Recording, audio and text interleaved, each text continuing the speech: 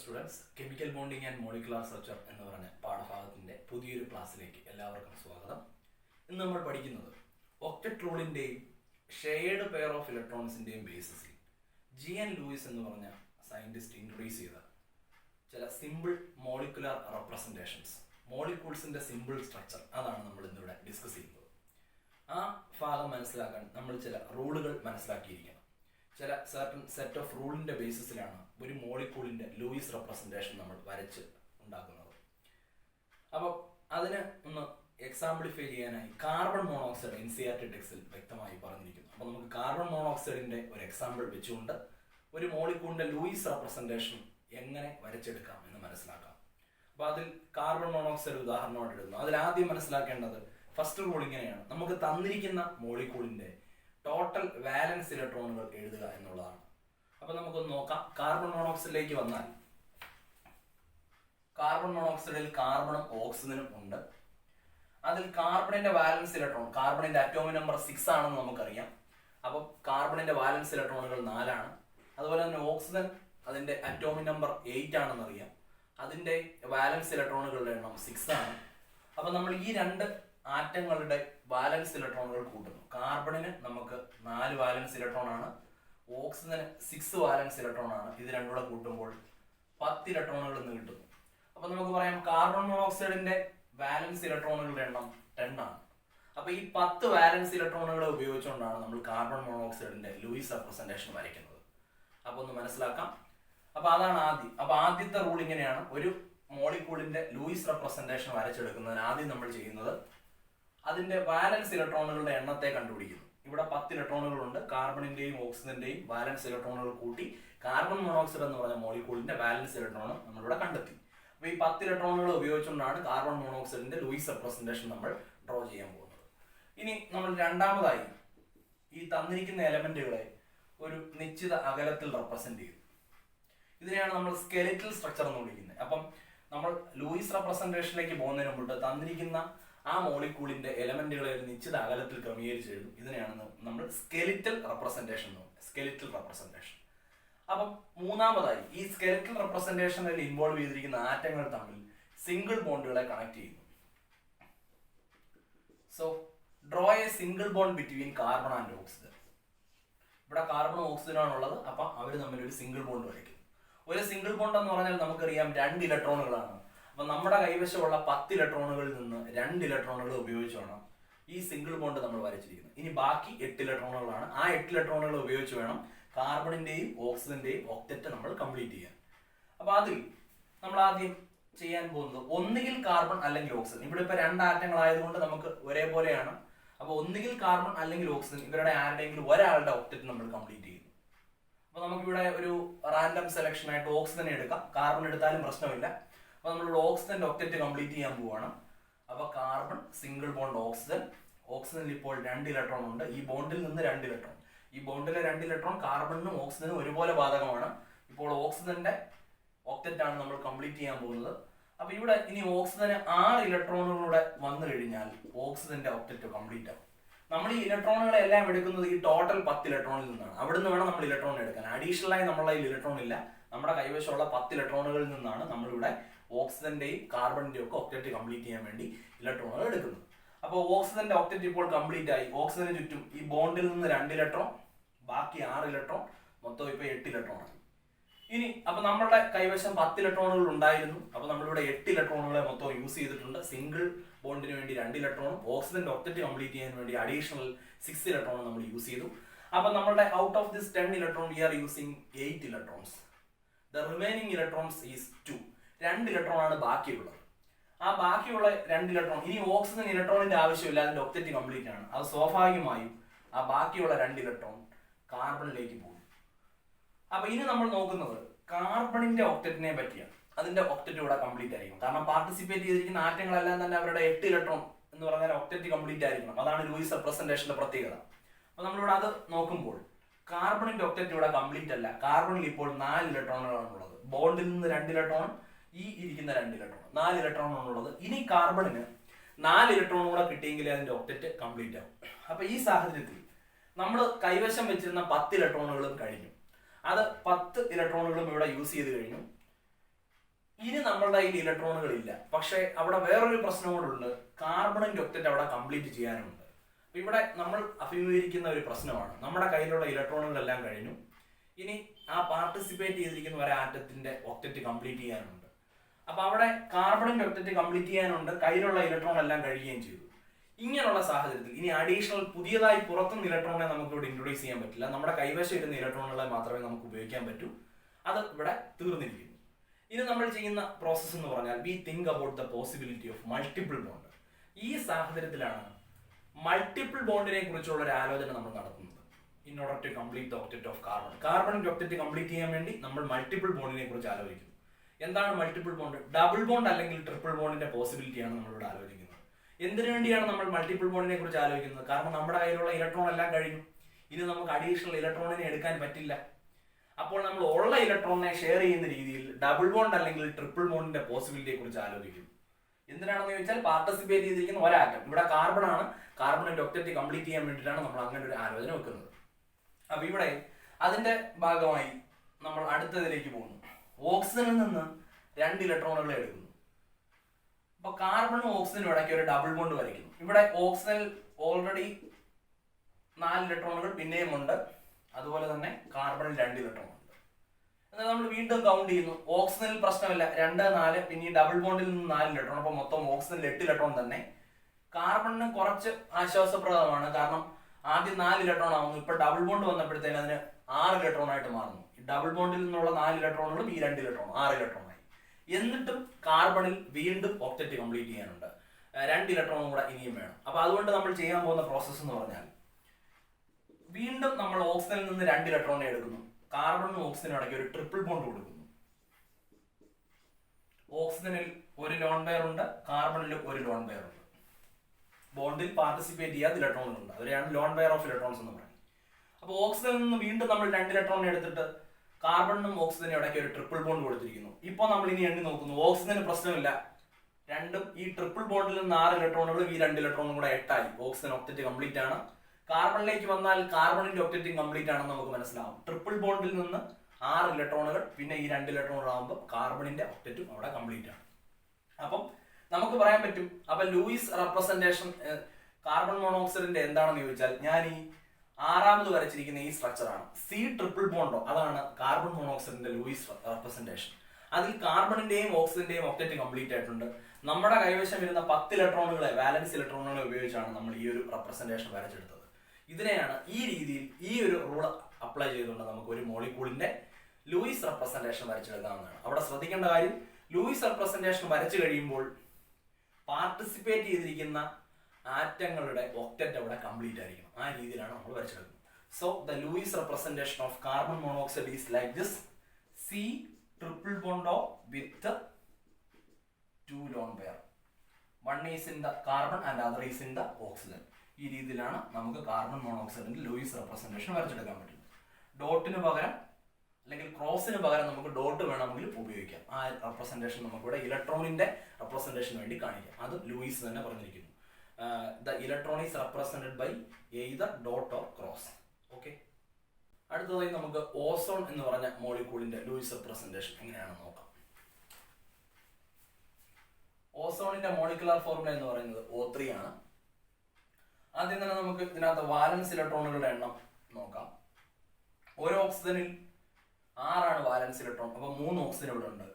അപ്പൊ 3 × 6 A total of 18 വാലൻസ് electrons. അപ്പം നമ്മളിവിടെ ഓസോണിന്റെ വാലൻസ് ഇലക്ട്രോണുകളുടെ എണ്ണം 18 ഇലക്ട്രോൺ കിട്ടി. അപ്പൊ ഈ 18 ഇലക്ട്രോണുകളെ ഉപയോഗിച്ചാണ് ഓസോണിന്റെ ലൂയിസ് റെപ്രസെന്റേഷൻ നമ്മൾ റെപ്രസെന്റ് ചെയ്യാൻ പോകുന്നത്. അപ്പൊ ഇവിടെ നമ്മൾ സ്കെലിറ്റൽ സ്ട്രക്ചർ വരയ്ക്കാൻ പോവുകയാണ്. അപ്പൊ ഇവിടെ 3 ഓക്സിജൻ ആറ്റം ഉണ്ട്. ഒരു ഓക്സിജനെ നമ്മൾ മിഡിൽ ഓക്സിജൻ ആയിട്ട് എടുക്കുന്നു, മറ്റുള്ള 2 ഓക്സിജനെ സറൗണ്ടിങ് ഓക്സിജൻ ആയിട്ട് എടുക്കുന്നു.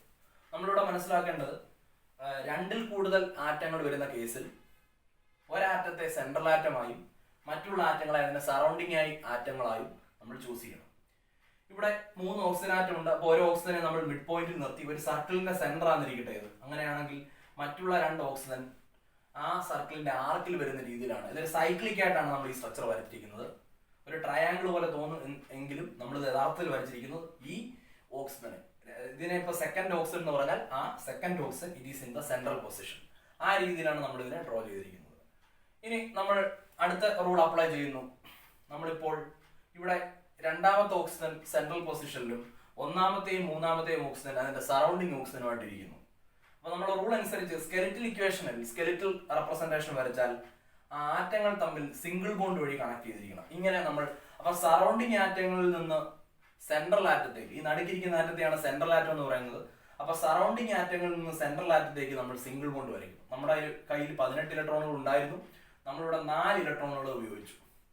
ഇനി നമ്മുടെ കൈവശം 14 ഇലക്ട്രോൺസ് ആണ് ഉള്ളത്. കാരണം നമ്മളിവിടെ 2 സിംഗിൾ ബോണ്ട് വരച്ചിട്ടുണ്ട്, ഒരു ബോണ്ടിൽ 2 ഇലക്ട്രോൺ ഉപയോഗിച്ചു.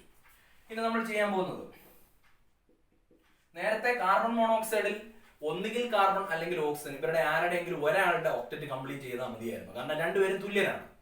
ഇവിടെ നമ്മൾ നോക്കുമ്പോൾ സെൻട്രൽ ആറ്റവും സറൗണ്ടിങ് ആറ്റവും വരുന്ന സാഹചര്യത്തിൽ വലിയ മോളിക്യൂളുകളിൽ നമ്മൾ സറൗണ്ടിങ് ആറ്റത്തിന്റെ ഒക്ടറ്റ് ആയിരിക്കണം കംപ്ലീറ്റ് ചെയ്യേണ്ടത്. അവിടെ സെൻട്രൽ ആറ്റത്തിന്റെ ഒക്ടറ്റ് ഏറ്റവും അവസാനമാണ് കംപ്ലീറ്റ് ചെയ്യുന്നത്. അതാണ് നമ്മൾ ലൂയിസ് റെപ്രസെന്റേഷനിൽ പാലിക്കേണ്ട അടുത്തൊരു റൂൾ. അപ്പം complete the octet of the surrounding atoms then the central atom. അത് കഴിഞ്ഞിട്ട് സെൻട്രൽ ആറ്റത്തിലേക്ക് ആദ്യം നമ്മൾ സറൗണ്ടിങ് ആറ്റങ്ങളുടെ ഒക്ടറ്റ് കംപ്ലീറ്റ് ചെയ്യുക. ഇവിടെ ഒന്നാമത്തെയും മൂന്നാമത്തെയും ഓക്സിജൻ ആണ് സറൗണ്ടിങ് ആറ്റങ്ങളായിട്ട് നിൽക്കുന്നത്, അവരുടെ ഒക്ടറ്റ് നമ്മളിവിടെ കംപ്ലീറ്റ് ചെയ്യുന്നു. അപ്പൊ നോക്കാം, ഓക്സിജൻ ഓക്സിജൻ ഓക്സിജൻ. ഇവിടെ ഫസ്റ്റ് ഓക്സിജൻ എടുക്കുന്നു, അതിന് ഇനി 6 ഇലക്ട്രോണുകളുടെ ആവശ്യമുണ്ട്. അപ്പം ഫസ്റ്റ് ഓക്സിജന്റെ ഒക്ടറ്റ് കംപ്ലീറ്റ് ആയി. ഈ 6 ഈ ബോണ്ടിലെ 2 ഇലക്ട്രോൺ 8 ആയി. ഇനി അപ്പുറത്തെ ഓക്സിജനിലേക്ക്, മൂന്നാമത്തെ ഓക്സിജനിലേക്ക് വരുന്നു. ഇവിടെയും നമ്മൾക്ക് 6 ഇലക്ട്രോണുകളുടെ ആവശ്യമുണ്ട്. അപ്പൊ അയാളുടെയും ഒക്ടറ്റ് അവിടെ കംപ്ലീറ്റ് ആയി. ഈ ബോണ്ടിൽ നിന്ന് 2 ഇലക്ട്രോൺ, അല്ലാതെ നമ്മൾ 6 ഇലക്ട്രോൺ. അപ്പൊ ചുരുക്കം പറഞ്ഞാൽ നമ്മൾ ഒന്നാമത്തെ ഓക്സിജന്റെയും മൂന്നാമത്തെ ഓക്സിജന്റെയും ഒക്ടറ്റ് കംപ്ലീറ്റ് ആയി. ഇവിടെ 8ഉം 8ഉം 16 ഇലക്ട്രോണുകളെ നമ്മൾ ഇതിൽ നിന്ന് യൂസ് ചെയ്തിട്ടുണ്ട്. അപ്പൊ നമ്മുടെ കൈവശം ടോട്ടൽ 18 ഇലക്ട്രോണുകളാണ് ഉണ്ടായിരുന്നത്, അതിൽ 16 ഇലക്ട്രോണുകളെ നമ്മൾ ഇവിടെ ഉപയോഗിച്ചു. ബാക്കി 2 ഇലക്ട്രോണുകളുണ്ട്, അത് സ്വാഭാവികമായും മിഡിൽ ഓക്സിജനിലേക്ക് അല്ലെങ്കിൽ സെൻട്രൽ ഓക്സിജനിലേക്ക് പോകുന്നു. കാരണം ഇനി അയാൾക്കാണ് ഒക്ടറ്റ് കംപ്ലീറ്റ് ചെയ്യാനുള്ളത്. അപ്പൊ ആ 2 ഇലക്ട്രോണുകളെ ഞാൻ സെൻട്രൽ ഓക്സിജനിലേക്ക് കൊടുക്കുന്നു. അപ്പൊ ഇവിടെ ശ്രദ്ധിക്കേണ്ടത്, സറൗണ്ടിങ് ആറ്റങ്ങളുടെ ഒക്ടറ്റ് കംപ്ലീറ്റ് ആയതിനു ശേഷം ബാക്കി ഇലക്ട്രോണുകൾ ഉണ്ടെങ്കിൽ അതെല്ലാം സെൻട്രൽ ആറ്റത്തിലേക്ക് പോകും. ഇവിടെ ഒന്നാമത്തെയും മൂന്നാമത്തെയും ഓക്സിജന്റെ ഒക്ടറ്റ് കംപ്ലീറ്റ് ആണ്. അതേസമയം രണ്ടാമത്തെ അല്ലെങ്കിൽ മിഡിൽ പൊസിഷനിൽ നിൽക്കുന്ന സെൻട്രൽ ഓക്സിജന്റെ ഒക്ടറ്റ് അവിടെ കംപ്ലീറ്റ് അല്ലെന്ന് കാണാൻ പറ്റും. 2, 4, 6 ഈ ബോണ്ടിൽ നിന്ന് 4 ഇലക്ട്രോണും ഈ ലോൺ പെയർ ഓഫ് ഇലക്ട്രോണുകൾ വരുമ്പോഴത്തേന് അവിടെ 6 ഇലക്ട്രോണുകളാണെന്ന് മനസ്സിലാക്കാം. അപ്പൊ നമ്മുടെ ലക്ഷ്യം എന്ന് പറഞ്ഞാൽ സെൻട്രൽ ഓക്സിജന്റെ ഒക്ടറ്റ് ഇവിടെ കംപ്ലീറ്റ് ചെയ്യണം. അപ്പൊ നമ്മൾ നമ്മുടെ കയ്യിൽ നിന്ന് 18 ഇലക്ട്രോണുകളെയും ഇവിടെ യൂസ് ചെയ്ത് കഴിഞ്ഞു. നേരത്തെ ഉണ്ടായ അതേ സാഹചര്യം ഇവിടെ വന്നു. നമ്മുടെ കയ്യിലുള്ള ഇലക്ട്രോണുകളെല്ലാം കഴിഞ്ഞു. ഇനി പാർട്ടിസിപ്പേറ്റ് ചെയ്തിരിക്കുന്ന ആറ്റങ്ങളുടെ ഒക്ടറ്റ് കംപ്ലീറ്റ് ചെയ്യാനുണ്ട്. ഇവിടെ സെൻട്രൽ ഓക്സിജൻ ആറ്റത്തിന്റെ ഒക്ടറ്റ് കംപ്ലീറ്റ് ചെയ്യാനുണ്ട്. അപ്പൊ നമ്മൾ പോസിബിലിറ്റി ഓഫ് മൾട്ടിപ്പിൾ ബോണ്ടിനെ കുറിച്ച് നോക്കുന്നു. അപ്പം അതിനെക്കുറിച്ച് ആലോചിക്കുന്നു, മൾട്ടിപ്പിൾ ബോണ്ടിന്റെ സാഹചര്യത്തെ കുറിച്ച് നോക്കുന്നു. ഇവിടെ നമ്മൾ നോക്കുമ്പോൾ നമുക്ക് മനസ്സിലാക്കാൻ പറ്റും, ഞാൻ ഈ ഒന്നാമത്തെ ഓക്സിജനിൽ നിന്ന് 2 ഇലക്ട്രോണുകളെ എടുക്കുന്നു, അവിടെ ഒരു ഡബിൾ ബോണ്ട് കൊടുക്കുന്നു ലെഫ്റ്റ് സൈഡിൽ. അപ്പൊ ദാ first oxygen, middle oxygen, last oxygen. അപ്പൊ ഞാൻ ഒന്നാമത്തെ ഓക്സിജനിൽ നിന്ന് ഒരു 2 ഇലക്ട്രോണുകൾ ഉപയോഗിച്ച് ഒരു ഡബിൾ ബോണ്ട് അവിടെ വരയ്ക്കുന്നു, ഒന്നാമത്തെ ഓക്സിജനും രണ്ടാമത്തെ ഓക്സിജനും തമ്മിൽ. അപ്പോൾ ഇവിടെ ഓക്സിജനിൽ ഇനി ബാക്കി 2 ലോൺ പെയർ ഓഫ് ഇലക്ട്രോൺസും ബാക്കി ബോണ്ട് പെയർ ഓഫ് ഇലക്ട്രോൺസും ആണ്. അപ്പൊ ഒന്നാമത്തെ ഓക്സിജനിൽ കുഴപ്പമില്ല, അയാളുടെ ഒക്ടറ്റ് ഇപ്പോഴും കംപ്ലീറ്റ് ആണ്. 2, 4, 6, 8. ഇനി നടുക്കിരിക്കുന്ന ഓക്സിജനിലേക്ക് വരാം. അയാളിൽ ഓൾറെഡി നമുക്ക് 2 ഇലക്ട്രോണുകൾ നേരത്തെ ഉണ്ട്. മൂന്നാമത്തെ ഓക്സിജനിൽ മാറ്റമില്ല, അവിടെ ഇരിക്കുന്ന 6 ഇലക്ട്രോണുകൾ അവിടെ തന്നെ ഉണ്ട്. അപ്പൊ മൂന്നാമത്തെ ഓക്സിജന്റെ ഒക്ടറ്റ് ഇവിടെ കംപ്ലീറ്റ് ആണ്. ഒന്നാമത്തെ ഓക്സിജന്റെ ഒക്ടറ്റ് നേരത്തെ തന്നെ കംപ്ലീറ്റ് ആണ്. എന്നാൽ രണ്ടാമത്തെ ഓക്സിജനിൽ ഇപ്പോഴുള്ള ചേഞ്ച് നോക്കിയാൽ അയാളുടെ ഒക്ടറ്റ് ഇപ്പൊ കംപ്ലീറ്റ് ആണ്. ബോണ്ടിൽ നിന്ന് 2, 4, 6 പിന്നെ ഈ 2 ഇലക്ട്രോൺ ആകുമ്പോൾ 8 ആയി. അപ്പൊ നടുക്കിരിക്കുന്ന ഓക്സിജന്റെ ഒക്ടറ്റ് ഇവിടെ കംപ്ലീറ്റ് ആണ്. ഇനി ഇതേപോലെ തന്നെ നമുക്ക് മറ്റൊരു ആർഗ്യുമെന്റിലേക്ക് പോകാം. ഈ ലെഫ്റ്റ് സൈഡിലെ ഫസ്റ്റ് ഓക്സിജനെ പോലെ തന്നെ ഒരു ഓക്സിജൻ ആണ് തേർഡ് ഓക്സിജൻ. വേണമെങ്കിൽ നമുക്ക് മറ്റൊരു പോസിബിലിറ്റി ഓസോണിന് കൊണ്ടുവരാം. ഇവിടെ ഈ മൂന്നാമത്തെ ഓക്സിജനിൽ നിന്നും നമുക്ക് 2 ഇലക്ട്രോണുകൾ ഉപയോഗിച്ചുകൊണ്ട് ഇവിടെ ഒരു ഡബിൾ ബോണ്ട്, റൈറ്റ് സൈഡിൽ ഒരു ഡബിൾ ബോണ്ട് കൊടുക്കാം. അപ്പൊ ഇതിന് പകരമായി or another structure is possible, ഞാൻ റൈറ്റ് സൈഡിലെ മൂന്നാമത്തെ ഓക്സിജനിൽ നിന്ന് ഒരു ഇലക്ട്രോണിനെ എടുത്തിട്ട് അല്ലെങ്കിൽ ഒരു പെയർ ഇലക്ട്രോണിനെ എടുത്തിട്ട് എനിക്ക് അവിടെ ഒരു ഡബിൾ ബോണ്ട് വരയ്ക്കാം. അപ്പൊ ഇവിടെ 3 പെയർ ഓഫ് ലോൺ പെയർ ഉണ്ട്, അതിൽ നിന്ന് ഒരെണ്ണം ബോണ്ടിൽ പോയി. ഇവിടെ 2 ഇലക്ട്രോണുകൾ നേരത്തെ തന്നെ ഉണ്ട്, ഇവിടെ മാറ്റമില്ലാതെ തുടരുന്നു.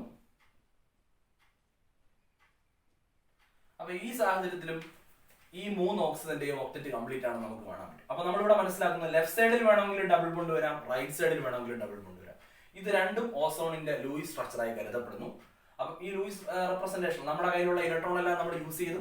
പാർട്ടിസിപ്പേറ്റ് ചെയ്തിരിക്കുന്ന എല്ലാ ആറ്റങ്ങളുടെ ഒക്ടറ്റ് കംപ്ലീറ്റുമാണ്. അപ്പോൾ ഈ രീതിയിൽ നമുക്ക് ഓസോണിന്റെ ലൂയിസ് റെപ്രസെന്റേഷൻ വരച്ച് കാണിക്കാം. ഒന്നുകിൽ ഈ സ്ട്രക്ചർ അല്ലെങ്കിൽ ഈ സ്ട്രക്ചർ, രണ്ടും ഈക്വൽ ആണ്, രണ്ടിനും ഒരേ പ്രയോറിറ്റിയാണ്. ഓക്കെ, ഇനി നമുക്ക് ലൂയിസ് റെപ്രസെന്റേഷൻ ഒരു പോളി അറ്റോമിക് അയോണാണുള്ളത്, കാർബണേറ്റ് അയോൺ. അത് എന്താണെന്ന് നോക്കാം. CO3 ഈ പോളി അറ്റോമിക് അയോണിൽ കാറ്റയോണുകളും ആനയോണുകളും പോസിബിൾ ആണ്. അപ്പോൾ നമ്മൾ വാലൻസ് ഇലക്ട്രോണുകളെ നമ്പർ ഇടുമ്പോൾ അല്ലെങ്കിൽ എണ്ണി എടുക്കുമ്പോൾ പോളി അറ്റോമിക് അയോണുകളിൽ ആനയോണുകളിൽ ഈ ചാർജും കൂടെ നമുക്ക് ആഡ് ചെയ്യേണ്ടതായിട്ട് വരും. നമുക്ക് ഉദാഹരണമായിട്ട് നോക്കാം. ഇവിടെ നമ്മൾ ആദ്യം വാലൻസ് ഇലക്ട്രോൺ കൗണ്ട് ചെയ്യുന്നു.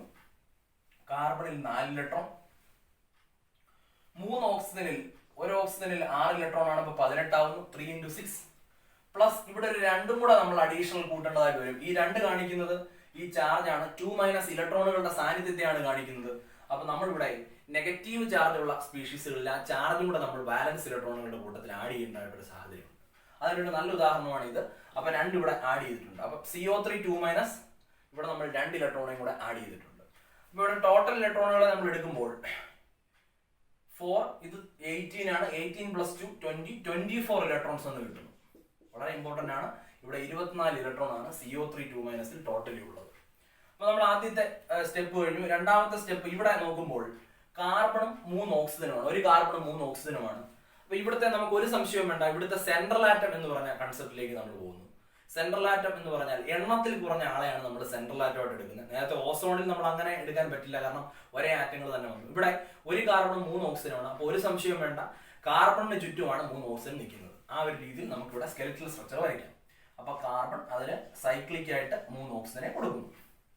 അപ്പൊ കാർബൺ സെൻട്രൽ പൊസിഷൻ ഒക്കെ ഉപയോഗിക്കുന്നു. ഇനി നമ്മൾ ഇതിന്റെ ലൂയിസ് റെപ്രസെന്റേഷൻ വരയ്ക്കുകയാണ്. അപ്പൊ സറൗണ്ടിങ് ആറ്റങ്ങളായിട്ടുള്ള 3 ഓക്സിജനിൽ നിന്നും കാർബണിലേക്ക് സിംഗിൾ ബോണ്ട് വരയ്ക്കും. ഈ സിംഗിൾ ബോണ്ടിന് നമുക്ക് 3 പെയർ ഓഫ് ഇലക്ട്രോൺസ് എന്ന് പറഞ്ഞാൽ 6 ഇലക്ട്രോൺസ് ഇവിടെ നിന്ന് നമുക്ക് ചിലവാകുന്നു. 2, 4, 6 ഇലക്ട്രോണുകൾ. അപ്പം ബാക്കി ഇനി 18 ഇലക്ട്രോണുകളാണ് ഇവിടെ ഉള്ളത്.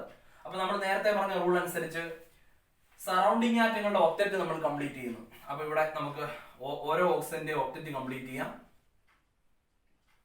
എല്ലാ ഓക്സിജന്റെയും ഒക്ടറ്റ് നമ്മൾ ഇവിടെ കംപ്ലീറ്റ് ചെയ്യുന്നു. ഓൾറെഡി ഒരു ഓക്സിജനെ സംബന്ധിച്ച് 2 ഇലക്ട്രോൺ ഉണ്ട്. അപ്പൊ 3 ഓക്സിജൻ ഒരുപോലെ തന്നെയാണ്, ഇക്വലന്റ് പൊസിഷനിലാണ് നിൽക്കുന്നത്, ഒരേപോലെയാണ്. അപ്പൊ എല്ലാവർക്കും ഇപ്പോൾ 6 ഇലക്ട്രോണിനെ കൊടുത്തു. അപ്പൊ നമ്മൾ നോക്കുമ്പോൾ ഒന്നാമത്തെയും രണ്ടാമത്തെയും മൂന്നാമത്തെയും ഓക്സിജന്റെ ഒക്ടറ്റ് ഇവിടെ കംപ്ലീറ്റ് ആണ്. അപ്പം 3 ഓക്സിജനിലും 8 ഇലക്ട്രോൺ വെച്ച്, അപ്പം 3 × 8 24 ഇലക്ട്രോൺസ്. അപ്പൊ നമ്മുടെ കൈവശം ആകെ 24 ഇലക്ട്രോണേ ഉള്ളായിരുന്നു. ആ 24 ഇലക്ട്രോണിനെ നമ്മൾ ഇവിടെ യൂസ് ചെയ്തിട്ടുണ്ട്. ഇനി കാർബണിലേക്ക് കൊടുക്കാൻ നമ്മുടെ കയ്യിൽ ഇലക്ട്രോൺ ഇല്ല. അവിടെ നമ്മൾ ചെക്ക് ചെയ്യുമ്പോൾ നമ്മുടെ കയ്യിലുള്ള ഇലക്ട്രോൺ എല്ലാം കഴിഞ്ഞു. കാർബണിന് ഇവിടെ ഒക്ടറ്റ് കംപ്ലീറ്റ് ആയിട്ടില്ല. അയാൾക്ക് ഇവിടെ മൊത്തവും 6 ഇലക്ട്രോണേ ഉള്ളൂ. ഇനി 2 ഇലക്ട്രോൺ കൂടെ കാർബൺ ആവശ്യമുണ്ട്. അപ്പൊ നമ്മൾ എന്തിനെ കുറിച്ച് തിങ്ക് ചെയ്യുന്നു? V think about the possibility of multiple bond. അപ്പൊ ഇവിടെ ഒന്നാമത്തെ ഓക്സിജൻ ഉണ്ട്. ഒന്നാമത്തെ ഓക്സിജനിൽ നിന്ന് വേണമെങ്കിൽ 2 ഇലക്ട്രോൺ എടുത്ത് ഇവിടെ നമുക്കൊരു ഡബിൾ ബോണ്ട് വരയ്ക്കാം. അതേ പ്രയോറിറ്റി തന്നെയാണ് രണ്ടാമത്തെ ഓക്സിജനിൽ നിന്നും 2 ഇലക്ട്രോൺ എടുത്താലും. അത് തന്നെയാണ്, അതേ സ്ട്രക്ചർ തന്നെയാണ് നമുക്ക് മൂന്നാമത്തെ ഓക്സിജനിൽ നിന്നും എടുത്താലും. ചുരുക്കം പറഞ്ഞാൽ നമുക്കിവിടെ 3 രീതിയിൽ ഈ കാർബണേറ്റിന്റെ CO3 2- സ്ട്രക്ചർ നമുക്ക് ഇവിടെ വരയ്ക്കാൻ പറ്റും. അതെങ്ങനെയാണെന്ന് നോക്കാം. ഇവിടെ ഞാൻ ഒന്നാമത്തെ ഓക്സിജനിൽ നിന്ന് 2 ഇലക്ട്രോൺ എടുത്താൽ സ്ട്രക്ചർ അങ്ങനെ വരുന്നു: oxygen, double bond C, oxygen, oxygen.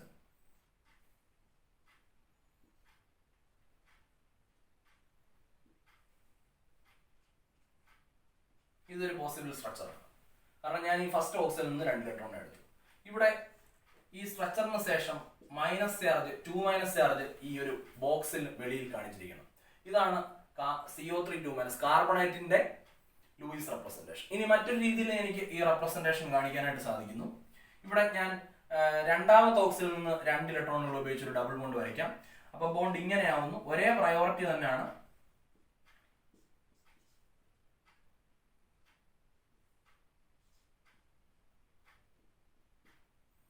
അപ്പോൾ 1, 2, 3, 4 പെയർ ഓഫ് ഇലക്ട്രോൺസ് ഉണ്ട്. അപ്പൊ ആ ഓക്സിജന്റെ ഒക്ടറ്റ് കംപ്ലീറ്റ് ആണ്. ഇവിടെയും ഓക്സിജന്റെ ഒക്ടറ്റ് കംപ്ലീറ്റ് ആണ്. കാർബണിന്റെ ഒക്ടറ്റ് കംപ്ലീറ്റ് ആണ്. കാരണം കാർബണിൽ 4 ബോണ്ടുകൾ വന്നില്ലേ, 1, 2, 3, 4. അപ്പൊ എല്ലാവരുടെയും ഒക്ടറ്റ് കംപ്ലീറ്റ് ആണ്. അപ്പൊ ഇതും ശരിയാണ്. ഇനി നമുക്ക് മറ്റൊരു രീതിയിലും ഇത് കാണിക്കാം. മൂന്നാമത്തെ ഓക്സിജനിൽ നിന്ന് വേണമെങ്കിലും 2 ഇലക്ട്രോണുകൾ എടുക്കാം. അപ്പൊ അവിടെ ഡബിൾ ബോണ്ട് വരാൻ സാധ്യതയുണ്ട്. അപ്പൊ C ഡബിൾ ബോണ്ടോ ഇങ്ങനെ വരും. ഇവിടെ നമുക്ക് മനസ്സിലാക്കി പോവാം. ഈ രീതിയിലാണ് വരുന്നത്. ഇവിടെ നമുക്ക് ടോട്ടൽ ചാർജ് ആയിട്ട് 2- കൊടുക്കുക. അപ്പൊ ഈ 3 രീതിയിൽ നമുക്ക് വേണമെങ്കിൽ കാർബണേറ്റ് അയോണിന്റെ സ്ട്രക്ചർ വരച്ചു നോക്കാം, ലൂയിസ് റെപ്രസെന്റേഷൻ വരച്ചു നോക്കാം. അവിടെ 3 ഓക്സിജനും ഒരേപോലെയാണ്. അപ്പൊ നമ്മൾ ശ്രദ്ധിക്കേണ്ടത് ഇവിടെ കാർബണിന്റെ ഒക്ടറ്റ് കംപ്ലീറ്റ് ആണ്, 3 ഓക്സിജന്റെ ഒക്ടറ്റ് കംപ്ലീറ്റ് ആണ്. നമ്മുടെ കയ്യിൽ 24 ഇലക്ട്രോൺ ഉണ്ട്. അപ്പൊ നമ്മൾ ഉപയോഗിക്കുന്ന അല്ലെങ്കിൽ നമ്മൾ 24 ഇലക്ട്രോണിനെ ഉപയോഗിച്ചുകൊണ്ട് എല്ലാ ആറ്റങ്ങളുടെ ഒക്ടറ്റ് കംപ്ലീറ്റ് ആയി. അങ്ങനെയാണ് നമ്മൾ ഈ ലൂയിസ് റെപ്രസെന്റേഷൻ വരച്ചു വെച്ചിരിക്കുന്നത്. അപ്പൊ ഇത് വളരെ ശരിയായിട്ടുള്ള റെപ്രസെന്റേഷൻ ആണ്.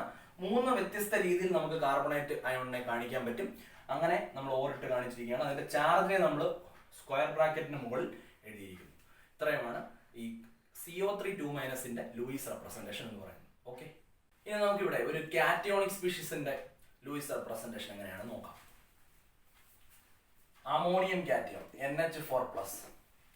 അപ്പൊ ഇവിടെ കാറ്റയോണിക് സ്പീഷീസ് ആണ്. പ്ലസ് കാണിക്കുന്നത് ഇലക്ട്രോണിന്റെ അഭാവത്തെയാണ്, ഇലക്ട്രോണിന്റെ ലോസിനെയാണ്. അപ്പോൾ നമ്മൾ വാലൻസ് ഇലക്ട്രോൺസ് എടുക്കുമ്പോൾ ഇലക്ട്രോണിനെ സബ്സ്ട്രാക്ട് ചെയ്യേണ്ടതായിട്ട് വരും.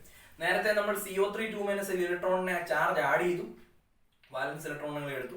ഇവിടെ നമ്മൾ വാലൻസ് ഇലക്ട്രോണുകൾ എടുക്കുമ്പോൾ ഈ +1 ചാർജ് നമ്മൾ അതിൽ നിന്ന് മൈനസ് ചെയ്തതായിട്ട് വരും.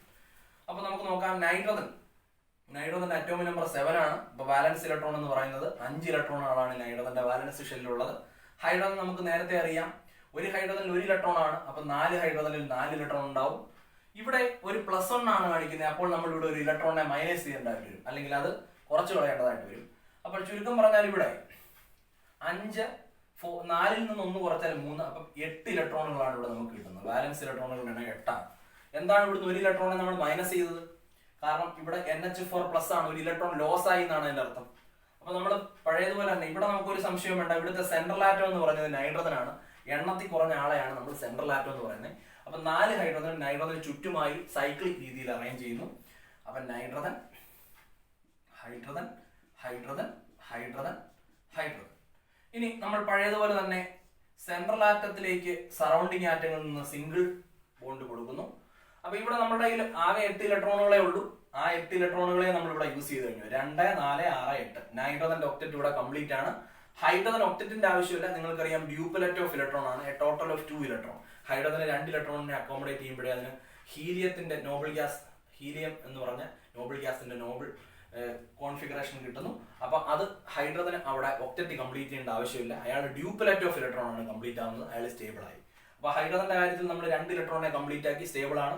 നൈട്രജൻ ഇവിടെ സ്റ്റേബിൾ ആയി. ഇനി വേറെ മൾട്ടിപ്പിൾ ബോണ്ടിനെ കുറിച്ച് നമ്മൾ തിങ്ക് ചെയ്യേണ്ട. ഓൾറെഡി ഇത് സ്റ്റേബിൾ മോളിക്യൂൾ ആണ്. നൈട്രജന്റെ ഒക്ടറ്റ് കംപ്ലീറ്റ് ആണ്, ഹൈഡ്രജന്റെ ഡ്യൂപ്ലറ്റും കംപ്ലീറ്റ് ആണ്. ഇവിടെ നമ്മൾ ചാർജ് കാണിക്കാനായി മേളിലൊരു പ്ലസ് ചാർജ്, ഇതാണ്. This is the Lewis representation of ammonium cation. Okay, ഇനി നമ്മൾ ഡിസ്കസ് ചെയ്യുന്നത് ലൂയിസ് റെപ്രസെന്റേഷൻ, അതിൽ വരുന്ന ഒരു ചാർജ് സിറ്റുവേഷൻ ആണ് നമ്മൾ ഇനി ഇവിടെ മനസ്സിലാക്കുന്നത്. അതായത് ഒരു മോളിക്യൂളിന്റെ ലൂയിസ് റെപ്രസെന്റേഷൻ നമ്മൾ വരച്ചതിന് ശേഷം അതിൽ ഓരോ ആറ്റങ്ങൾക്കും അവർ പൊസസ് ചെയ്യുന്ന ചാർജ് ഉണ്ടാകും. പോസിറ്റീവ് ചാർജും നെഗറ്റീവ് ചാർജും. അതിനെ അവരുടെ ഇൻഡിവിജ്വൽ ചാർജ് എന്ന് വിളിക്കുന്നു. അതിനെ അപ്പാരന്റ് ഇലക്ട്രോണിക് ചാർജ് എന്ന് വിളിക്കുന്നു. ആ ചാർജിനെ നമ്മൾ ഫോർമൽ ചാർജ് എന്നാണ് പറയുന്നത്. അപ്പൊ നമ്മൾ ഫോർമൽ ചാർജിനെ കുറിച്ചാണ് പഠിക്കുന്നത്. അപ്പൊ എന്താണ് ഫോർമൽ ചാർജ് എന്ന് ചോദിച്ചാൽ, ഒരു മോളിക്യൂളിന്റെ ലൂയിസ് റെപ്രസെന്റേഷൻ നമ്മൾ വരച്ചു വെച്ചാൽ ആ ലൂയിസ് റെപ്രസെന്റേഷനിൽ വരുന്ന ഓരോ ആറ്റങ്ങളും ഇൻഡിവിജ്വലായി പൊസസ് ചെയ്യുന്ന പോസിറ്റീവ് ചാർജുകളെയോ നെഗറ്റീവ് ചാർജുകളെയാണ് നമ്മൾ ഫോർമൽ ചാർജ് എന്ന് പറയുന്നത്. So formal charge is the apparent electronic charge possessed by each and every atoms in the Lewis representation. അപ്പോൾ ലൂയിസ് റെപ്രസെന്റേഷനിലുള്ള എല്ലാ ആറ്റങ്ങളുടെയും അപ്പാരന്റ് ഇലക്ട്രോണിക് ചാർജിനെയാണ് ഫോർമൽ ചാർജ് എന്ന് പറയുന്നത്. അപ്പോൾ ഒരു ആറ്റത്തിന്റെ അല്ലെങ്കിൽ ഒരു എലമെന്റിന്റെ ലൂയിസ് റെപ്രസെന്റേഷനകത്ത് വരുന്ന ഒരു ആറ്റത്തിന്റെ ഫോർമൽ ചാർജ് കണ്ടുപിടിക്കാനായി നമുക്ക് ഈ ഇക്വേഷനെ ഉപയോഗിക്കാം. Formal charge of an atom in the Lewis representation equal to total number of valence electrons in the free atom. ആ ഫ്രീ ആറ്റത്തിന്റെ ഏത് ആറ്റത്തിന്റെയാണോ ഫോർമൽ ചാർജ് കണ്ടെത്തേണ്ട അയാളുടെ വാലൻസ് ഷെല്ലിലെ ഇലക്ട്രോണുകളുടെ എണ്ണം minus total number of non bonding അല്ലെങ്കിൽ ലോൺ പെയർ ഓഫ് ഇലക്ട്രോൺസ് അതിന്റെ എണ്ണം minus 1/2 half into total number of bonding electrons, ബോണ്ടിൽ പാർട്ടിസിപ്പേറ്റ് ചെയ്തിരിക്കുന്ന ഇലക്ട്രോൺ. ഇത്രയും വാല്യൂസ് സബ്സ്റ്റിറ്റ്യൂട്ട് ചെയ്താൽ നമുക്ക് ഒരു ആറ്റത്തിന്റെ ഫോർമൽ ചാർജ് കണ്ടുപിടിക്കാം. ഇതിന് ഒരു ഉദാഹരണമായിട്ട് നമുക്ക് ഓസോണിനെ തന്നെ എടുക്കാം. നമുക്കറിയാം ഓസോണിന്റെ സ്ട്രക്ചർ എന്താണെന്ന്. ഓസോൺ 3 ഓക്സിജൻ ആറ്റം ഉണ്ട്, ഒരു ഡബിൾ ബോണ്ട്. അപ്പോൾ നമ്മൾ ഓക്സിജനിലെ ലോൺ പെയറുകളെ കാണിക്കുന്നു. നമുക്കിപ്പോൾ സിംപ്ലിസിറ്റിക്ക് വേണ്ടി ഇവിടെ ഇത് ഫസ്റ്റ് ഓക്സിജൻ, ഇത് സെക്കൻഡ് ഓക്സിജൻ, ഇത് തേർഡ് ഓക്സിജൻ. നമുക്ക് ഈ ഇക്വേഷൻ ഒന്ന് അപ്ലൈ ചെയ്ത് ഓരോ ഓക്സിജൻ ആറ്റങ്ങളുടെയും ഫോർമൽ ചാർജ് നമുക്കൊന്ന് കണ്ടുപിടിക്കാൻ നോക്കാം. ആദ്യം തന്നെ ഫസ്റ്റ് ഓക്സിജൻ എടുക്കുന്നു. അപ്പോൾ formal charge of first oxygen ഇതാണ് നമ്മൾ ആദ്യം കണ്ടത്. ആദ്യത്തെ ഓക്സിജന്റെ ഫോർമൽ ചാർജ്. അവിടെ ഒക്ടറ്റ് കംപ്ലീറ്റ് ആണ്, 2, 4, 6, 8.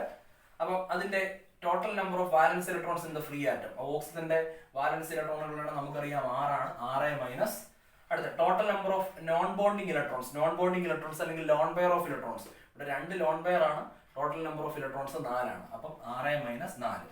അപ്പൊ ലോൺ പെയർ ഓഫ് ഇലക്ട്രോൺസ് അല്ലെങ്കിൽ നോൺ ബോണ്ടിങ് ഇലക്ട്രോണുകളുടെ എണ്ണം 4 ആണ്. Minus 1/2 into total number of bonding electrons. Bonding electrons എന്ന് പറയുമ്പോൾ ഇവിടെ ഡബിൾ ബോണ്ട് ഉണ്ട്.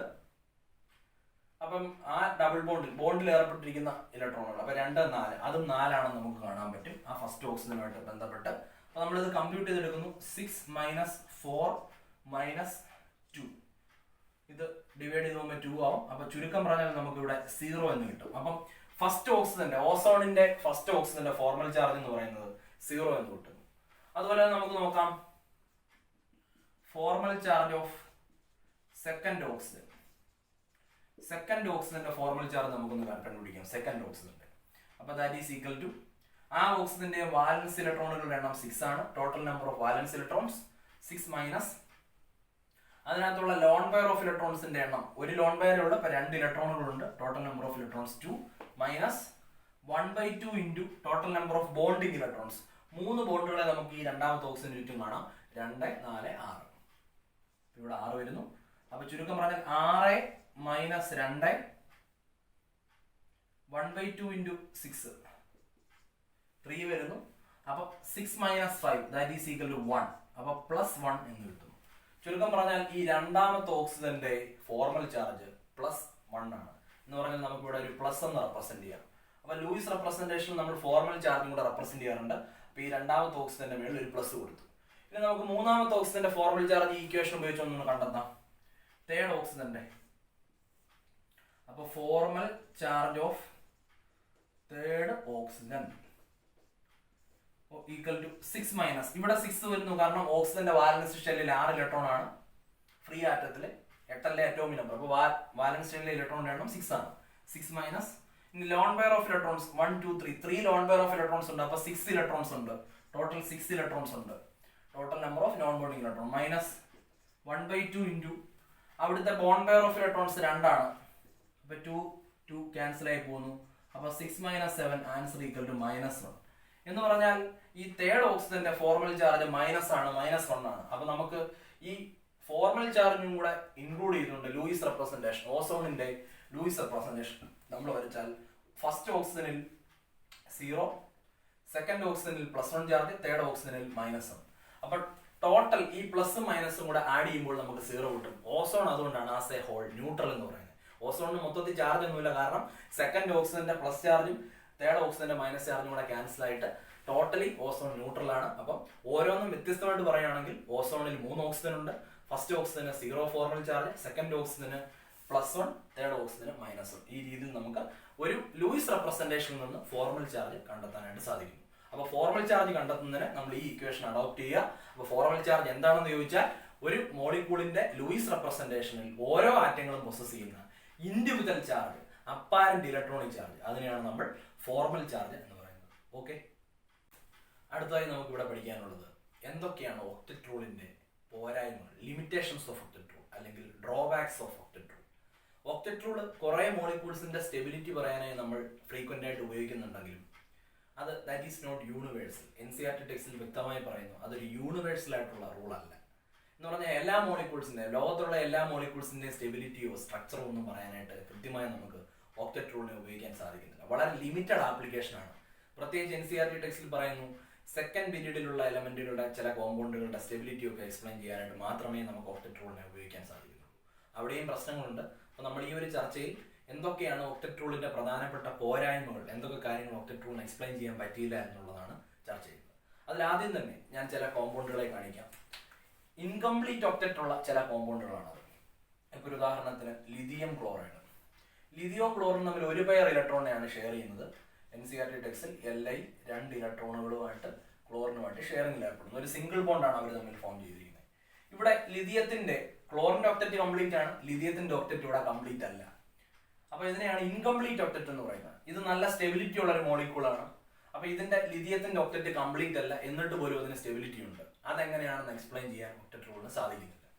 ഇതേപോലെ തന്നെ ബെർലിയത്തിന്റെ ഹൈഡ്രൈഡ് BeH2, ബെർലിയത്തിന്റെ ഹൈഡ്രൈഡ് ഈ രീതിയിലാണ് ഫോം ചെയ്തിരിക്കുന്നത്. 2 ഹൈഡ്രജൻ ഉണ്ട്. അപ്പൊ നമ്മൾ ചെക്ക് ചെയ്യുമ്പോൾ ബെർലിയത്തിന് ഹൈഡ്രജനുമായിട്ട് 2 ഇലക്ട്രോണുകളെയാണ് അവർ തമ്മിൽ അങ്ങോട്ടും ഇങ്ങോട്ടും ഷെയർ ചെയ്യുന്നത്. ഇവിടെ നമ്മൾ സെൻട്രൽ ആറ്റമായ ബെർലിയത്തിൽ നോക്കുമ്പോൾ അവിടെ മൊത്തം 4 ഇലക്ട്രോണുകളാണ് ഉള്ളത്. അവിടെ ഒക്ടറ്റ് കംപ്ലീറ്റ് ആയിട്ടില്ല. അതിന് നോബ്ലിയാസ് കോൺഫിഗറേഷൻ അച്ചീവ് ചെയ്യാൻ പറ്റിയിട്ടില്ല. എന്നിട്ടും ബെർലിയം ഹൈഡ്രൈഡ് നല്ലൊരു കോവാലന്റ് കോമ്പൗണ്ട് ആണ്, നല്ല സ്റ്റെബിലിറ്റി ഉണ്ട്. അതുപോലെ തന്നെ ബോറോണിന്റെ chloride, boron trichloride BCl3. ബോറോണിന്റെ ക്ലോറൈഡിലേക്ക് വരുമ്പോൾ ബോറോൺ 3 ക്ലോറിനുമായിട്ട് സിംഗിൾ ബോണ്ടിൽ ഏർപ്പെട്ടിരിക്കുന്നു. ഓരോ ക്ലോറിനുമായിട്ടും 1 പെയർ ഓഫ് ഇലക്ട്രോണിനെ ഷെയർ ചെയ്ത് ബോണ്ടിൽ ഏർപ്പെട്ടിരിക്കുന്നു. ഇവിടെ ബോറോണിന്റെ ചുറ്റുമുള്ള ഇലക്ട്രോണുകൾ നമ്മൾ എണ്ണി നോക്കുമ്പോൾ 2, 4, 6 ഇലക്ട്രോണുകളാണ്. ഇവിടെയും ഒക്ടറ്റ് കംപ്ലീറ്റ് ആയിട്ടില്ല. അപ്പൊ നമുക്ക് ഈ ഉദാഹരണങ്ങളിൽ നിന്ന് മനസ്സിലാവും. ഇവിടെ ലിഥിയത്തിന് 2 ഇലക്ട്രോണേ ഉള്ളൂ, ബെർലിയത്തിന് 4 ഇലക്ട്രോൺ ഉണ്ട്, ഇവിടെ ബോറോണിന് 6 ഇലക്ട്രോൺ ഉണ്ട്. ഇവിടെ ഒന്നും ഒക്ടറ്റ് കംപ്ലീറ്റ് അല്ല. ഇങ്ങനെ ഒക്ടറ്റ് സെൻട്രൽ ആറ്റങ്ങളിൽ കംപ്ലീറ്റ് ആകാത്ത മോളിക്യൂളിനും നല്ല സ്റ്റെബിലിറ്റി ഉണ്ട്. ഒക്ടറ്റ് കംപ്ലീറ്റ് ആയെങ്കിലേ സ്റ്റെബിലിറ്റി കിട്ടൂ എന്നുള്ളത് ഇവിടെ വാലിഡിറ്റി ഇല്ല എന്ന് നമുക്ക് വേണമെങ്കിൽ പറയാം. അപ്പൊ മനസ്സിലാക്കാൻ പറ്റും ഇൻകംപ്ലീറ്റ് ഒക്ടറ്റ് ഉള്ള മോളിക്യൂൾസ് ആണ് ഇതൊക്കെ. ഇവർക്കെല്ലാം നല്ല സ്റ്റെബിലിറ്റി ഉണ്ട്. അപ്പം these are clear cut limitations or evidences of the drawback of octet rule എന്ന് നമുക്ക് വേണമെങ്കിൽ പറയാം. ഇനി അതുപോലെ തന്നെ നമുക്ക് ചില മോളിക്യൂളിന്റെ കേസിൽ രണ്ടാമത് മറ്റൊരു പോരായ്മ പറയുന്നത്, ചില മോളിക്യൂൾസിന്റെ കേസിൽ ഓഡ് നമ്പർ ഓഫ് ഇലക്ട്രോൺസ് ആണ്. പ്രത്യേകിച്ച് നൈട്രജൻ മോണോക്സൈഡ്. നൈട്രജൻ മോണോക്സൈഡിൽ 15 ഇലക്ട്രോണുകളാണ് ഉള്ളത്. അതുപോലെ നൈട്രജൻ ഡയോക്സൈഡിൽ ഏകദേശം 23 ഇലക്ട്രോൺസ് ആണുള്ളത്. ഇതൊക്കെ ഓഡ് നമ്പർ ഓഫ് ഇലക്ട്രോൺസ് ഉള്ള മോളിക്യൂൾസ് ആണ്. ഇവരുടെ ഇപ്പൊ നൈട്രജൻ മോണോക്സൈഡിന്റെ സ്ട്രക്ചർ വരയ്ക്കുമ്പോൾ നൈട്രജനും ഓക്സിജനും തമ്മിൽ ഡബിൾ ബോണ്ട് ആണ്. ഇവിടെ എല്ലാ ആറ്റങ്ങളിലൊന്നും ഒക്ടറ്റ് അവിടെ കംപ്ലീറ്റ് ആയിട്ട് ഫില്ലായിരിക്കുന്നു എന്ന് പറയാൻ പറ്റില്ല. നോക്കെ, നൈട്രജനിൽ വരാം. നൈട്രജനിൽ 2, 4, 6, 1, 7 ഇലക്ട്രോണുകളേ ഉള്ളൂ. അപ്പം ഓഡ് നമ്പർ ഓഫ് ഇലക്ട്രോൺസ് ഉള്ള മോളിക്യൂളിന്റെ കേസിൽ എല്ലാ ആറ്റങ്ങളൊന്നും ഒക്ടറ്റ് റൂൾ കൃത്യമായി അവിടെ പാലിക്കപ്പെടുന്നില്ല, അല്ലെങ്കിൽ ഒക്ടറ്റ് അവിടെ കംപ്ലീറ്റ് ചെയ്യുന്നില്ല. എന്നിട്ടും അവർക്ക് നല്ല സ്റ്റെബിലിറ്റി ഉണ്ട്. അപ്പൊ അതും ഓഡ് ഇലക്ട്രോൺസ് ഉള്ള മോളിക്യൂൾസും ഒക്ടറ്റ് റൂളിന്റെ വയലേഷൻ ആയിട്ട് കരുതപ്പെടുന്നു. അതുപോലെ തന്നെ ഏറ്റവും പ്രധാനപ്പെട്ട മറ്റൊരു ഡീമെറിറ്റ് ആണ്, ചില മോളിക്യൂളുകളിൽ സെൻട്രൽ ആറ്റങ്ങളിൽ 8 ഇലക്ട്രോണിൽ കൂടുതൽ ഇലക്ട്രോണുകൾ കാണപ്പെടാൻ സാധ്യതയുണ്ട്. അതിനൊരു എക്സാമ്പിൾ ആയിട്ട് NCERT ടെക്സ്റ്റിൽ PF5 ഫോസ്ഫറസിന്റെ പെന്റാഫ്ലൂറൈഡ് ഒരു എക്സാമ്പിൾ ആയിട്ട് പറയുന്നുണ്ട്. ഫോസ്ഫറസ്, അതിന് ചുറ്റും 5 ഫ്ലൂറിൻ, ഓരോ ഫ്ലൂറിനും 3 ലോൺ പെയർ വെച്ചുണ്ട്. നമുക്കിവിടെ സെൻട്രൽ ആറ്റമായ ഫോസ്ഫറസിലേക്ക് വരാം. ഫോസ്ഫറസിന് ചുറ്റും 2, 4, 6, 8, 10 ഇലക്ട്രോണുകളാണ് ഫോസ്ഫറസിൽ കാണപ്പെടുന്നത്. അപ്പൊ അവിടെ 8ൽ കൂടുതൽ ഇലക്ട്രോൺ ആയി. PF5 സ്റ്റെബിലിറ്റി ഉള്ള ഒരു മോളിക്യൂളാണ്. അവിടെ എക്സ്പാൻഡഡ് ഒക്ടറ്റ് എന്ന് പറയുന്നു. 8ൽ കൂടുതൽ ഇലക്ട്രോണുകൾ ഫോസ്ഫറസിൽ വന്നു, എന്നിട്ടും അതിന് സ്റ്റെബിലിറ്റി ഉണ്ട്. മറ്റൊരു എക്സാമ്പിളിലേക്ക് പോകാം. SF6 sulphur hexafluoride. സൾഫറിന് ചുറ്റും നമ്മൾ നോക്കുമ്പോൾ ഇവിടെ 6 ഫ്ലൂറിൻ വരുന്നുണ്ട്. ഈ സാഹചര്യത്തിലും സൾഫറിന് ചുറ്റും 2, 4, 6, 8, 10, 12 ഇലക്ട്രോണുകളാണ് നമുക്ക് അവിടെ കാണാൻ പറ്റും. അപ്പം സൾഫറിന് ചുറ്റും 12 ഇലക്ട്രോണുകൾ ഉണ്ട്, അതും 8ൽ കൂടി, എന്നിട്ടും അതിന് സ്റ്റെബിലിറ്റി ഉണ്ട്. SF6 നല്ല എക്സെപ്ഷണലി സ്റ്റേബിൾ ആണ്. നമുക്ക് പ്രത്യേകിച്ച് സെക്കൻഡ് ഇയറിൽ P ബ്ലോക്കിലൊക്കെ പഠിക്കാനുള്ളതാണ്. SF6 നല്ല സ്റ്റെബിലിറ്റി ഉള്ള ഒരു മോളിക്യൂളാണ്. അപ്പൊ മനസ്സിലാക്കാം, SF6ന്റെ സ്റ്റെബിലിറ്റി ഒക്ടറ്റ് റൂളിന് കൃത്യമായി എക്സ്പ്ലെയിൻ ചെയ്യാൻ പറ്റിയില്ല. അതിൽ 8ൽ കൂടുതൽ ഇലക്ട്രോൺ ഉണ്ട് സെൻട്രൽ ആറ്റത്തിൽ. അപ്പൊ നമ്മൾ ഇവിടുന്ന് മനസ്സിലാക്കുന്നു, ഒരു മോളിക്യൂളിനെ സംബന്ധിച്ച് അതിന് സെൻട്രൽ ആറ്റത്തിന് 8ൽ കുറഞ്ഞാലും, അല്ലെങ്കിൽ ഇലക്ട്രോണുകളുടെ എണ്ണം 8ൽ കുറഞ്ഞാലും സ്റ്റെബിലിറ്റി ഉണ്ട്. ഓഡ് നമ്പർ ഓഫ് ഇലക്ട്രോൺസ് ഉള്ള മോളിക്യൂൾസിലൊക്കെ എല്ലാ ആറ്റങ്ങളിലും ഒക്ടറ്റ് റൂൾ കൃത്യമായി നമുക്ക് അപ്ലൈ ചെയ്യാൻ പറ്റുന്നില്ല. ഒക്ടറ്റ് കംപ്ലീറ്റ് ആവുന്നില്ല ചില ആറ്റങ്ങളിൽ. അതുപോലെ എക്സ്പാൻഡഡ് ഒക്ടറ്റ് 8ൽ കൂടുതൽ ഇലക്ട്രോണുകൾ വരുന്ന സാഹചര്യത്തിലും നല്ല സ്റ്റെബിലിറ്റികൾ റിപ്പോർട്ട് ചെയ്യുന്നുണ്ട്. ഈ ഉദാഹരണങ്ങളിൽ നിന്നൊക്കെ തന്നെ നമ്മൾ മനസ്സിലാക്കും ഒക്ടറ്റ് റൂളിന് ഒരുപാട് ലിമിറ്റേഷൻസ് ഉണ്ട്. വളരെ കുറച്ച് മോളിക്യൂൾസിന്റെ സ്റ്റെബിലിറ്റി പറയാൻ മാത്രമാണ് ഒക്ടറ്റ് റൂൾ നമ്മൾ അപ്ലൈ ചെയ്യുന്നത്. മിക്കവാറും എല്ലാ മോളിക്യൂൾസും ഒക്ടറ്റ് റൂൾ വയലേറ്റ് ചെയ്യുന്നു. അവരുടെ സ്റ്റെബിലിറ്റി ഒക്കെ എക്സ്പ്ലെയിൻ ചെയ്യാനായിട്ട് ഒക്ടറ്റ് റൂളിന് സാധിച്ചില്ല. ഇതുകൊണ്ട് തന്നെ NCERT ടെസ്റ്റിൽ other drawbacks of octet rule എന്ന് പറഞ്ഞിട്ട് പിന്നെയും ഒക്ടറ്റ് റൂളിന്റെ ലിമിറ്റേഷൻ എടുത്തു പറഞ്ഞിട്ടുണ്ട്. It could not explain the stability of a molecule. കൃത്യമായ ഒരു മോളിക്യൂളിന്റെ സ്റ്റെബിലിറ്റിയോ എനർജി കൺസർവേഷനോ ഒന്നും ഒക്ടറ്റ് റൂൾ പറയുന്നില്ല. അതുപോലെ തന്നെ കറക്റ്റ് ആയിട്ട് മറ്റൊരു ഡീമെറിറ്റ് ഉള്ളത്, it could not explain the exact shape of a molecule. ഒരു മോളിക്യൂളിന്റെ കൃത്യമായിട്ടുള്ള ഷേപ്പിനെ കുറിച്ച് അല്ലെങ്കിൽ ജോമെട്രിയെ കുറിച്ച് യാതൊരു വിധമായ കാര്യങ്ങളും ഒക്ടറ്റ് റൂൾ പറയുന്നില്ല. ഇതൊക്കെയാണ് ഒക്ടറ്റ് റൂളിന്റെ ഏറ്റവും പ്രധാനപ്പെട്ട പോരായ്മയായി കരുതപ്പെടുന്നത്. അപ്പൊ നമുക്ക് ഒന്നുകൂടെ പറയാം, ഒക്ടറ്റ് റൂൾ യൂണിവേഴ്സൽ ലോ അല്ല. വളരെ കുറച്ച് എന്ന് പറഞ്ഞാൽ പീരിയോഡിക് ടേബിളിലെ സെക്കൻഡ് പീരീഡിലുള്ള വളരെ കുറച്ച് എലമെന്റുകളുടെ കോമ്പൗണ്ടുകളുടെ സ്റ്റെബിലിറ്റി മാത്രമാണ് ഒക്ടറ്റ് റൂൾ വെച്ച് നമുക്ക് എക്സ്പ്ലെയിൻ ചെയ്യാൻ പറ്റുന്നത്. അപ്പം ഇവിടെ ഒക്ടറ്റ് റൂളിൽ ഏറ്റവും പ്രധാനപ്പെട്ട ഒരു ഡീമററ്റായി കരുതപ്പെടുന്നു. നമ്മൾ പറഞ്ഞിട്ടുണ്ട്, അല്ലെങ്കിൽ ഒക്ടറ്റ് റൂളിൽ ഇങ്ങനെ പറയുന്നു, 8 ഇലക്ട്രോണുകൾ കംപ്ലീറ്റ് ചെയ്താൽ ഒരിക്കലും ഒരു എലമെന്റ് അല്ലെങ്കിൽ ഒരു കോമ്പൗണ്ട് മറ്റൊരു റിയാക്ഷനിലേക്ക് പോകില്ല. അതിനൊരു ഉദാഹരണമായിട്ട് ഒക്ടറ്റ് റൂൾ ചൂണ്ടിക്കാണിക്കുന്നത് 18ാമത്തെ ഗ്രൂപ്പിലെ നോബിൾ ഗ്യാസ് ഫാമിലിയിലെ മെമ്പേഴ്സിനെയാണ്. ബട്ട് ഇവിടെ നമ്മൾ മനസ്സിലാക്കുന്നത് നോബിൾ ഗ്യാസ് കോമ്പൗണ്ടുകളും റിയാക്ഷനിൽ പാർട്ടിസിപ്പേറ്റ് ചെയ്യുന്നുണ്ട്. 8 കംപ്ലീറ്റ് ചെയ്തിട്ടും അവർ റിയാക്ഷനിലേക്ക് പോകുന്നുണ്ട്. അതിന് ഉദാഹരണമായിട്ട് സെനോണിന്റെ ഒരുപാട് കോമ്പൗണ്ടുകൾ റിപ്പോർട്ടഡ് ആണ്. ഇപ്പൊ സെനോണിന്റെ ഫ്ലൂറൈഡ്, അതുപോലെ തന്നെ സെനോണിന്റെ ടെട്രാഫ്ലൂറൈഡ്, ഡൈഫ്ലൂറൈഡ്, അതുപോലെ സെനോണിന്റെ ഓക്സൈഡ്, സെനോൺ ഡ്രയോക്സൈഡ്, അതുപോലെ ക്രിപ്റ്റോണിന്റെ KrF2, ക്രിപ്റ്റോൺ ഡൈ ഫ്ലൂറൈഡ്, ഇങ്ങനെ നോബിൾ ഗ്യാസ് കോമ്പൗണ്ടുകൾ വെൽ റിപ്പോർട്ടഡ് ആയിട്ട് എക്സിസ്റ്റ് ചെയ്യുന്നു. അപ്പൊ നമുക്ക് പറയാൻ പറ്റും നോബിൾ ഗ്യാസും കെമിക്കൽ റിയാക്ഷനിൽ പാർട്ടിസിപ്പേറ്റ് ചെയ്യുന്നുണ്ട്, അവർ ഇനർട്ടാന്ന് പറയാൻ പറ്റില്ല. അപ്പൊ ഒക്ടറ്റ് റൂളിന് വലിയൊരു ഡീമററ്റായി മാറിയത് ഈ നോബിൾ ഗ്യാസ് കോമ്പൗണ്ടുകളുടെ ഡിസ്കവറിയാണ്. അപ്പൊ മനസ്സിലാക്കാം, ഇവിടെ നമ്മൾ ഈ ചർച്ചയിൽ നിന്ന് മനസ്സിലാക്കുന്നു ഒക്ടറ്റ് റൂളിന് ഒരുപാട് പരിമിതികളുണ്ട്. ആ പരിമിതികളിൽ നിന്നുകൊണ്ട് വളരെ കുറച്ച് മോളിക്യൂൾസിന്റെ സ്റ്റെബിലിറ്റികൾ മാത്രമേ ഒക്ടറ്റ് റൂൾ എക്സ്പ്ലെയിൻ ചെയ്യുന്നുള്ളൂ. പ്രത്യേകിച്ച് നോബിൾ ഗ്യാസിന്റെ കാര്യം ഞാൻ ഇപ്പൊ പറഞ്ഞ പോലെ ഒക്ടറ്റ് റൂൾ വളരെ ശരിയാണെങ്കിൽ നോബിൾ ഗ്യാസ് പിന്നെ റിയാക്ഷനിൽ പാർട്ടിസിപ്പേറ്റ് ചെയ്യേണ്ടതല്ല. പക്ഷേ അൺഫോർച്ചുനേറ്റ്ലി നമുക്ക് ഇങ്ങനെ പറയാൻ പറ്റും, നോബിൾ ഗ്യാസുകളുടെ ഇഷ്ടം പോലെ സ്റ്റേബിൾ ആയിട്ടുള്ള കോമ്പൗണ്ടുകൾ നമുക്ക് പഠിക്കാനുണ്ട്. നമുക്ക് അത് വെൽ റിപ്പോർട്ടഡ് ആയിട്ട് അവർ എക്സിസ്റ്റ് ചെയ്യുന്നുണ്ട്. അപ്പൊ ഇതൊക്കെ നമുക്ക് എന്തിനുള്ള തെളിവുകളായിട്ട് കരുതപ്പെടുന്നു, ഒക്ടറ്റ് റൂളിന്റെ ലിമിറ്റേഷൻ ആയിട്ട് കരുതപ്പെടുന്നു. അപ്പം ഈ മോളിക്യൂൾസ് എല്ലാം തന്നെ ഒക്ടറ്റ് റൂളിനെ ഡിസൊബേ ചെയ്യുകയാണ് ചെയ്യുന്നത്. അപ്പം നമുക്ക് പറയാൻ പറ്റും octet rule it is not universal, it is applicable to only few molecules എന്ന് നമുക്ക് വേണമെങ്കിൽ പറയാം. ഓക്കെ.